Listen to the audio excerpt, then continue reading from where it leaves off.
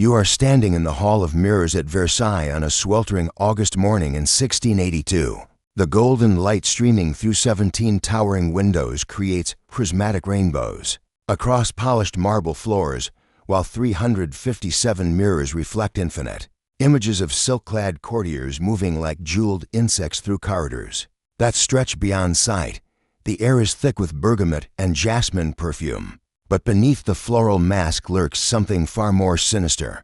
As hundreds of nobles press closer to witness the Sun King's grand lever ceremony, another scent cuts through the artificial sweetness, the unmistakable stench of human waste, rotting teeth, and bodies that have not seen soap for months. Louis XIV emerges from his bedchamber, resplendent in cloth of gold adorned with diamonds worth more than entire provinces. At 64 years old, he stands barely 5 feet 4 inches tall, but his elaborate wig adds another foot to his stature.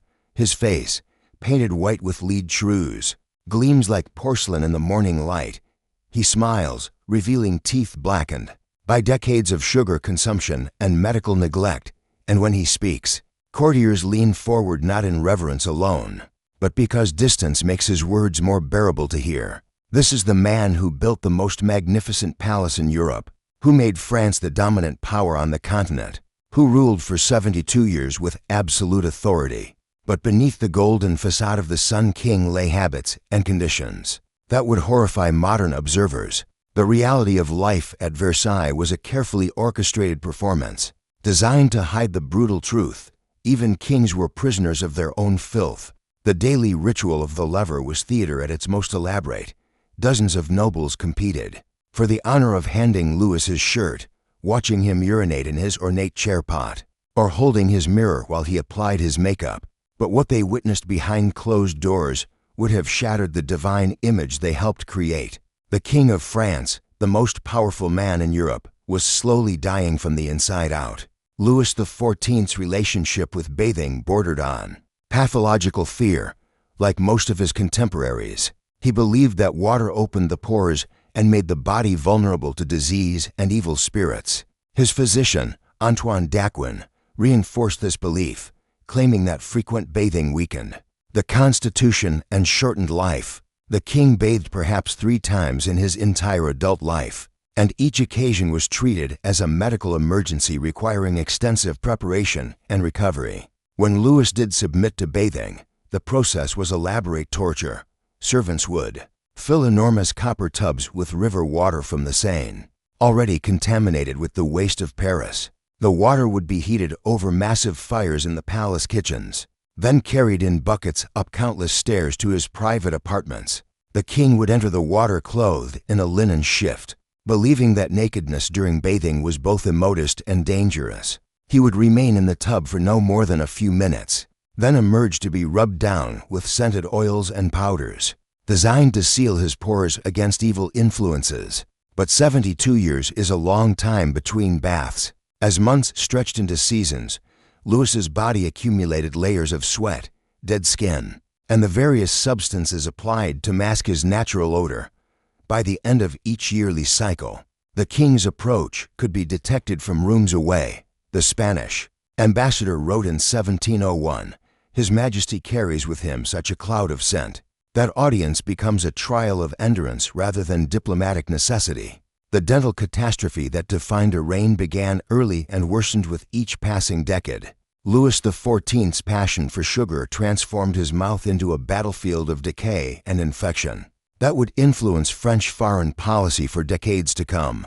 Sugar, worth its weight in silver, arrived at Versailles in enormous quantities from French colonies in the Caribbean. The king consumed it in every possible form: crystallized fruits, marzipan sculptures, sugar paste figurines that adorned his table, and sweet wines that accompanied every meal. Louis would begin each day by dissolving sugar lumps in his mouth, allowing the crystals to coat his teeth for hours.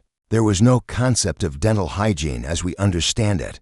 The best available care consisted of occasional rinsing with wine or rose water, both of which contained additional sugar that accelerated decay. His teeth began darkening in his 30s, progressing from yellow to brown to black as decay spread through his mouth. By his 40s, Louis was experiencing constant dental pain. that affected his ability to eat, speak, and conduct affairs of state. Court records show him holding his jaw during important diplomatic meetings, a gesture his courtiers learned to recognize as a sign that the king was suffering. His physician prescribed horrifying remedies, rinsing with human urine, applying heated iron to burn out infection, and pulling teeth with crude instruments that often shattered the remaining enamel. The king's breath became legendary among European diplomats. The Venetian ambassador described it in 1689 as the scent of a battlefield. After 3 days in summer sun, during the negotiations for the Treaty of Ryswick in 1697, opposing diplomats would position themselves upwind from Louis, claiming concern about court protocol when the real issue was the overwhelming stench emanating from the royal mouth. The wig horror that crowned the Sun King's head was perhaps his most elaborate deception. Louis began losing his hair in his 30s, a condition worsened by the lead-based cosmetics he used to maintain his divine appearance. His famous flowing locks were purchased from peasant women across France, often arriving at Versailles dirty and infested with lice. These hair pieces were sewn onto silk foundations and secured with metal combs and pins that would rust from constant sweat exposure. Louis owned over 100 wigs of varying lengths and styles, each one a monument to vanity and neglect. The wigs were never washed, only brushed and dusted with scented powders made from crushed flowers and animal musk. They accumulated months of sweat, oil, and atmospheric pollution from the thousands of candles that illuminated Versailles each night. Lice thrived in the warm, moist environment beneath the hairpieces, and ladies-in-waiting would spend hours daily picking parasites from the royal locks. The king's natural scalp, hidden beneath these elaborate constructions, was a disaster of infected sores and chemical burns. Lead poisoning from his cosmetics had left him with weeping lesions that never properly healed. The constant pressure and weight of the wigs prevented proper air circulation, creating a cycle of infection and irritation that persisted throughout his life. The smell emanating from beneath his hairpieces was so distinctive that servants could identify which rooms the king had occupied hours after his departure. The lead paint prison that was Louis XIV's face represented the ultimate triumph of image over health. His signature pale complexion was achieved through daily applications of cherouse, a mixture of white lead and vinegar that was slowly poisoning him. This toxic cosmetic was applied each morning with brushes made from animal hair, building up in layers that would crack and flake throughout the day like old plaster on a deteriorating wall. The application process was lengthy torture. The mixture burned as it was applied, causing his eyes to water and skin to inflame. Louis had to remain motionless for up to an hour while the cherouse dried, unable to speak, eat, or drink. As it hardened, it formed a beautiful but deadly mask that gave him the porcelain complexion associated with divine royalty. But beneath this white surface, his natural skin was being systematically destroyed by chemical exposure. Louis never fully removed his makeup, instead applying new layers over old ones, creating buildup several inches thick in some places. When removal was attempted, hardened cherouse had to be scraped away with ivory combs, often taking skin and leaving bloody scratches that would be covered with fresh poison. The following morning, the lead poisoning affected his entire body. Chronic fatigue, memory problems, violent mood swings, and the hair loss that necessitated his famous wigs. His lips were painted with cochineal, made from crushed beetles mixed with oils that would go rancid in the heat of Versailles crowded rooms. The putrid smell of spoiled cosmetics mixed with his breath created an odor so distinctive that courtiers could identify his approach from adjoining chambers. Foreign ambassadors learned to breathe through their mouths during audiences, a practice that became informal diplomatic protocol at Versailles. The clothing catastrophe that was royal fashion at Versailles represented the ultimate contradiction between appearance and reality. Louis XIV owned thousands of suits, each one worth more than most nobles' annual incomes.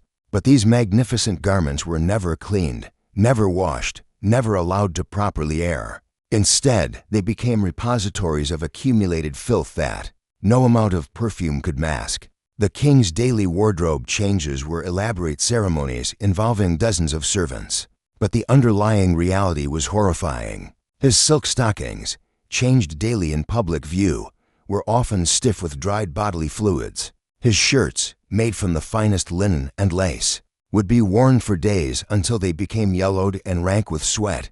The elaborate process of dressing. The king took over an hour each morning, during which his natural body odors would permeate fresh clothing. Louis's famous justacorps, the fitted coats that set fashion trends across Europe, were particularly problematic, made from heavy silk and velvet. They trapped heat and moisture against his body, creating greenhouse effects that promoted profuse sweating. These garments absorbed his body odors like sponges, creating permanent aromatic records of his hygiene failures. The coats were so valuable and delicate that cleaning was impossible. Instead, they were hung in wardrobes where they would accumulate months of accumulated stench. The king's undergarments presented their own horrors. His linen drawers, rarely changed and never washed properly, would develop permanent stains and odors that became increasingly offensive with time. The whalebone corsets he wore to maintain his figure created additional problems, trapping moisture and bacteria against his skin while restricting circulation and promoting infection. The digestive nightmare that plagued Louis XIV throughout his life created hygiene problems that extended far beyond simple indigestion. His elaborate meals, lasting up to 4 hours and consisting of dozens of courses, were specifically designed to demonstrate royal power but proved devastating to his digestive system. The king's stomach became a battlefield where politics, medicine, and basic human biology collided with catastrophic results. Louis consumed enormous quantities of rich foods, roasted meats swimming in butter and cream sauces, elaborate pates made from force-fed geese, sugar sculptures that served as both decoration and dessert, and wines from every region of France. His physicians prescribed additional foods as medicine: raw eggs mixed with brandy for strength, beef broth for stamina, and various herbal concoctions that often contained toxic ingredients. The king's eating habits compounded his digestive problems. He would consume these massive meals quickly, wolfing down food between court ceremonies and administrative meetings. This hasty eating, combined with the restrictive corsets he wore, created severe bloating and gas that was both uncomfortable and embarrassing. In an era when bodily functions were sources of shame, especially for royalty, Louis's digestive issues caused constant anxiety and humiliation. The gas produced by these meals was legendary among courtiers, who developed elaborate protocols for pretending not to notice sounds and smells emanating from their sovereign. The king would sometimes excuse himself from public events when his digestive problems became too severe, claiming illness when the real issue was far more basic and embarrassing. His physicians prescribed treatments that worsened his condition. Mercury for various ailments caused severe diarrhea and cramping. Herbal remedies contained ingredients that produced nausea and vomiting, and bloodletting weakened his system and reduced his ability to process food properly. The combination of rich diet, stress, and medical intervention created a cycle of digestive dysfunction that persisted throughout his life. The oral hygiene catastrophe that was Louis XIV's mouth created problems that extended far beyond his rotting teeth. His entire oral cavity had become a breeding ground for bacteria and infection, creating tastes and smells that permeated every aspect of his daily existence. The king's tongue was often coated with thick, yellowish film that gave his breath additional layers of putrid odor. This coating, caused by accumulated bacteria, dead cells, and food particles, was never properly addressed. Louis described the taste in his mouth as bitter as wormwood and sharp as vinegar. His gums were perpetually swollen and bleeding, a condition his physicians considered normal for someone of his age and status. The constant bleeding mixed with his saliva, creating metallic tastes he tried to mask with sweet wines and candied fruits, solutions that only fed the bacteria and worsened his oral health. The king's saliva production was affected by his medications and various health problems. He would sometimes produce excessive amounts of thick, ropey saliva that would collect in the corners of his mouth and create visible strands when he spoke. Other times, his mouth would be uncomfortably dry, causing his tongue to stick to the roof of his mouth and making speech difficult. The sugar consumption, that had created ideal environments for bacterial growth, continued throughout his life. Sugar-fed bacteria multiplied rapidly in his mouth, producing acids that further damaged his oral tissues and created an ever-worsening cycle of decay. The more sugar he consumed to mask the taste of decay, the worse his oral health became. Louis's throat became chronically inflamed from the constant stream of bacteria flowing down from his infected mouth. He would frequently complain of sore throat and difficulty swallowing, symptoms his physicians attributed to various illnesses, but which were likely caused by the ongoing infection in his oral cavity. The perfume paradox at Versailles reached almost supernatural proportions during Louis XIV's reign. The king's solution to his overwhelming hygiene problems was to douse himself and his environment in increasingly heavy fragrances.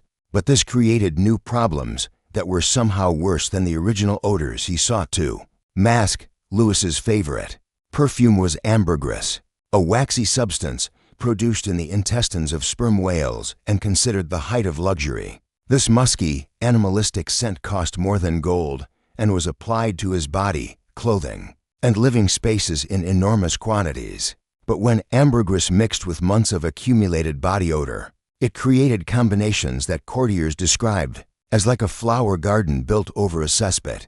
The daily perfume application at Versailles was an elaborate ritual involving dozens of servants and hundreds of different scented preparations. Essential oils were dabbed onto pulse points, perfumed. Powders were sprinkled into clothing and wigs, and scented waters were sprayed throughout his apartments.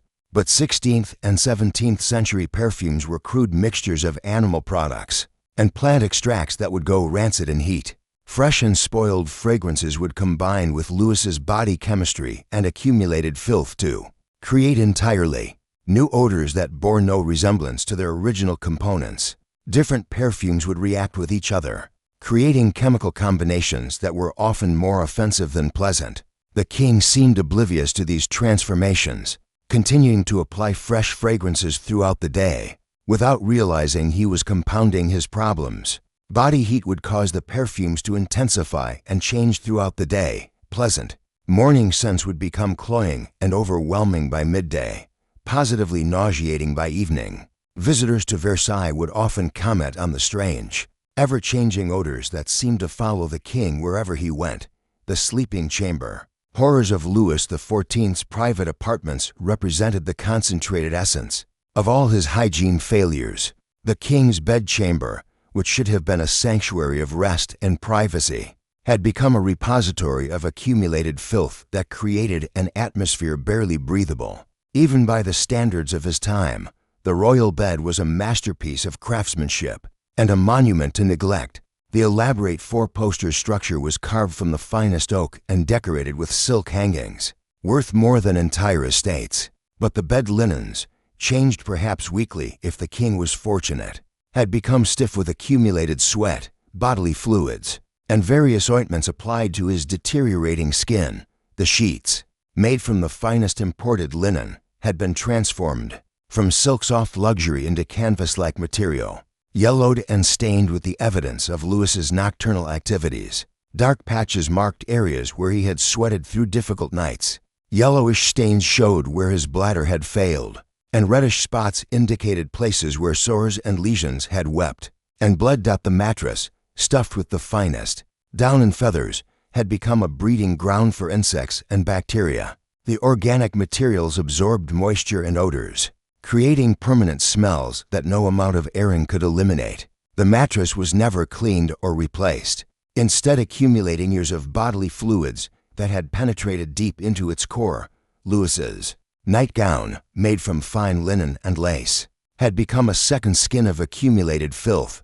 He would wear the same nightgown for weeks at a time, changing only when it became so stiff with dried bodily fluids that it was uncomfortable to wear. The garment would yellow and stiffen, developing permanent stains that mapped his sleeping habits and bodily functions. The bedchamber was kept tightly closed during winter months to conserve heat, trapping all odors inside and creating thick, oppressive atmospheres that would have challenged even the strongest constitutions. The air became heavy with the smells of unwashed bodies, chamber pots, stale perfumes, and various medications that surrounded the royal bed.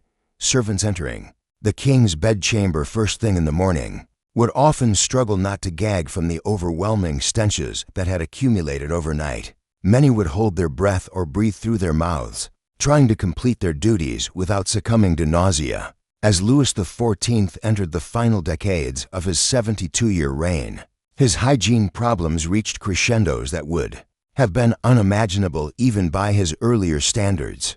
The accumulated effects of decades of poor hygiene, lead poisoning, and untreated medical conditions had transformed the Sun King into a living monument to decay and neglect. The king's skin had become a patchwork of sores, scars, and discoloration that no amount of cosmetics could fully conceal. Years of lead poisoning had left his face pitted and scarred, with deep lesions that would weep and crust over before being covered with fresh layers of toxic makeup. His natural skin color had become a sickly yellow-green, the result of liver damage and internal problems caused by his medications and poor diet. Louis's hair loss had become complete, leaving his scalp a battlefield of infected sores and scarred tissue. The wigs became heavier and more elaborate as he tried to compensate for his baldness, but the constant pressure and weight only worsened his scalp problems. He would sometimes be observed scratching frantically at his head during public appearances, drawing blood and creating new wounds that would take weeks to heal. His remaining teeth had become so loose that he could barely chew solid foods. His diet was increasingly reduced to broths, soft breads, and liquid medications. But even these simple foods would sometimes cause him pain, as the constant infection in his mouth had spread to his throat and sinuses. The king's body odor had reached levels that seemed to transcend normal human experience. The combination of unwashed skin, infected wounds, rotting teeth, and rancid perfumes created smells that courtiers described as the very essence of mortality itself. His presence could be detected from several rooms away, and servants would sometimes flee when they heard he was approaching their area of the palace. Louis's mental state had also begun to deteriorate, possibly as a result of lead poisoning and the accumulated toxins in his system. He would sometimes forget recent conversations, repeat himself endlessly, or fly into violent rages over minor perceived slights. His behavior became increasingly erratic and unpredictable, making the management of daily routines difficult for his long-suffering courtiers. When Louis XIV died on September 1, 1715, at the Palace of Versailles, there was a profound silence. In the death chamber that had nothing to do with respect or mourning, the man who had dominated European politics for over 7 decades was gone, and with him died the elaborate fictions that had hidden his personal disasters from public view. The aftermath of his death revealed the full extent of problems that had been carefully concealed during his lifetime. Servants preparing his body for burial found a man who bore little resemblance to the magnificent portraits that had made him famous throughout Europe. The rooms where he had lived and died retained his distinctive odors for months after his passing, with some areas of the palace requiring extensive renovation before they could be used again. You are standing once again in the Hall of Mirrors at Versailles, but now the morning light filters through windows that overlook gardens where the air carries only the scent of roses and freshly cut grass. The horrors have been sanitized, the truth polished until it gleams like the golden facades that once hid such revolting realities. But if you listen carefully to the whispers of wind through the ancient corridors, you might still hear the testimonies of long-dead servants, the gasps of shocked ambassadors, and the labored breathing of a king who learned too late that some crowns are heavier than others, and some victories cost more than defeats. Louis XIV's greatest enemy was not Austria or England or the Protestant alliance. It was the mirror that reflected back the price of denying basic human needs in service of an impossible divine image. The Sun King died as he had lived, prisoner of his own magnificent deceptions, leaving behind a palace that would forever carry the faint but unmistakable scent of mortality. Beneath its golden splendor,